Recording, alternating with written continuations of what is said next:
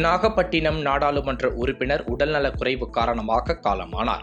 இந்திய கம்யூனிஸ்ட் கட்சியின் மாநில நிர்வாகக் குழு உறுப்பினரும் நாகப்பட்டினம் நாடாளுமன்ற உறுப்பினருமான எம். செல்வராஜ் உடல்நலம் பாதிப்பு காரணமாக சென்னை தனியார் மருத்துவமனையில் அனுமதிக்கப்பட்டு சிகிச்சை பெற்று வந்தார்.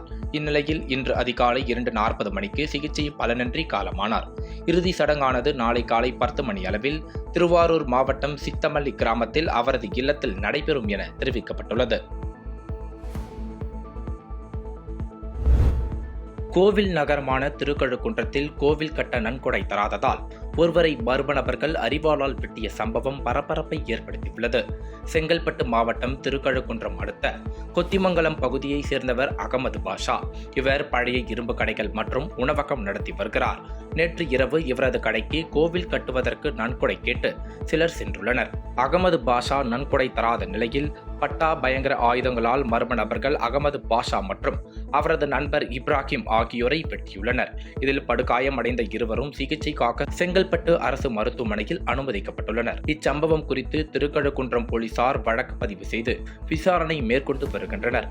இதுபோன்று பட்டா, கத்தியுடன் ரவுடிகள் சுற்றி திரிவது பொதுமக்களிடையே அதிர்வலைகளை ஏற்படுத்தியுள்ள நிலையில் விரைந்து நடவடிக்கை எடுக்க வேண்டும் என பொதுமக்களுக்கு சமூக ஆர்வலர்களும் கோரிக்கை விடுத்துள்ளனர்.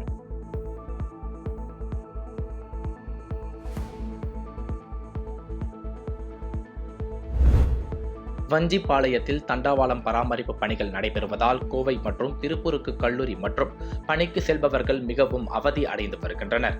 தொழில் நகரமான திருப்பூர் மற்றும் கோவை மாவட்டங்களில் ஆயிரக்கணக்கான தொழிலாளர்கள் வந்து செல்கின்றனர். அதேபோன்று திருப்பூரில் இருந்து கல்லூரி மற்றும் பணிகளுக்காக ரயில்களில் ஆயிரக்கணக்கானோர் பயணித்து வருகின்றனர். இந்த நிலையில் வஞ்சிபாளையம் ரயில் நிலையத்தில் தண்டவாள பராமரிப்பு பணிகள் நடைபெற்று வருவதால் பல்வேறு ரயில்கள் தாமதமாக இயக்கப்பட்டு வருகிறது. அதன்படி இன்று பராமரிப்பு பணிகள் மேற்கொண்டுள்ளதால் வந்தே பாரத் உட்பட அனைத்து ரயில்களும் ஆங்காங்கே நிறுத்தப்பட்டுள்ளது. இதனால் வழக்கத்திற்கு மாறாக 2 மணி நேரம் வரை ரயில்கள் தாமதமாக இயக்கப்பட்டன. இதன் காரணமாக திருப்பூருக்கு பணிக்கு வரும் கோவை மாவட்டத்தை சேர்ந்த தொழிலாளர்கள் பலர் வேலையின்றி மீண்டும் திரும்பிச் சென்றனர்.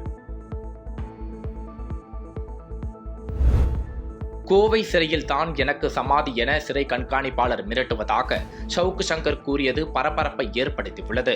காவல்துறை மற்றும் பெண்களை தவறாக பேசியதாக யூடியூபர் சவுக்கு சங்கர் மீது வழக்கு பதிந்து காவல்துறை இன்று விசாரணைக்கு கோவை ஒருங்கிணைந்த நீதிமன்றத்திற்கு அழைத்துச் சென்றனர். அப்போது மருத்துவ பரிசோதனைக்கு அழைத்துச் சென்ற போது பேசிய சவுக்கு சங்கர் சிறை கண்காணிப்பாளர் செந்தில்குமார் தான் தன் கையை உடைத்ததாக கூறினார். மேலும் கோவை சிறையில் தான் கொல்லப்படுவேன் எனவும் கோவை சிறையில் தான் உனக்கு சமாதி என்று சிறை கண்காணிப்பாளர் மிரட்டுகிறார் என்றும் சவுக்கு சங்கர் பேசியது பரபரப்பை ஏற்படுத்தியுள்ளது. கோவை சிறை கண்காணிப்பாளர் செந்தில்குமார் தான் என் கையை உடைத்தார். கோவை சிறையில் நான் கொல்லப்படுவேன். கணினி உதிரி பாகங்கள் கடைக்கு உள்ளே எலியை வேட்டையாட வந்த பாம்பு திரும்பி வெளியே செல்ல வழி தெரியாமல் இருந்த நிலையில் லாவகமாக பிடித்து வனப்பகுதியில் விட்டனர். மயிலாடுதுறை மாவட்டம் சீர்காழி புதிய பேருந்து நிலையம் அருகில் உள்ள அருண் என்பவர் கணினி உதிரி பாகங்கள் கடை நடத்தி வருகிறார். இந்நிலையில் காலை வழக்கம் போல் கடையை திறந்தபோது வித்தியாசமான சத்தம் கேட்டுள்ளது. சத்தம் கேட்ட இடத்தை பார்த்தபோது அங்கு 7 அடி நீளம் கொண்ட பெரிய பாம்பு ஒன்று இருப்பதைக் கண்டு அதிர்ச்சி அடைந்துள்ளார். உடனடியாக சீர்காழியை சேர்ந்த பாம்பு பிடி வீரரான பாம்பு பாண்டியனுக்கு தகவல் தெரிவித்துள்ள நிலையில் அங்கு வந்தவர் அலமாரிக்கு பின்புறம் பதுங்கி இருந்த 7 அடி நீளமுள்ள மஞ்சள் சாறை பாம்பை லாவகமாக பிடித்தார். இதனையடுத்து பிடிப்பட்ட பாம்பு பாதுகாப்பான வனப்பகுதியில் விடப்பட்டது.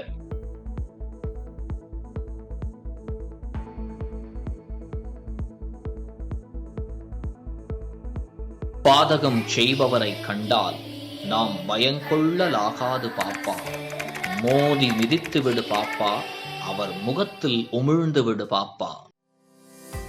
அண்மை செய்திகளை உடனுக்குடன் தெரிந்து கொள்ள இணைந்திருங்கள் இயம்நாடு தொலைக்காட்சியுடன்.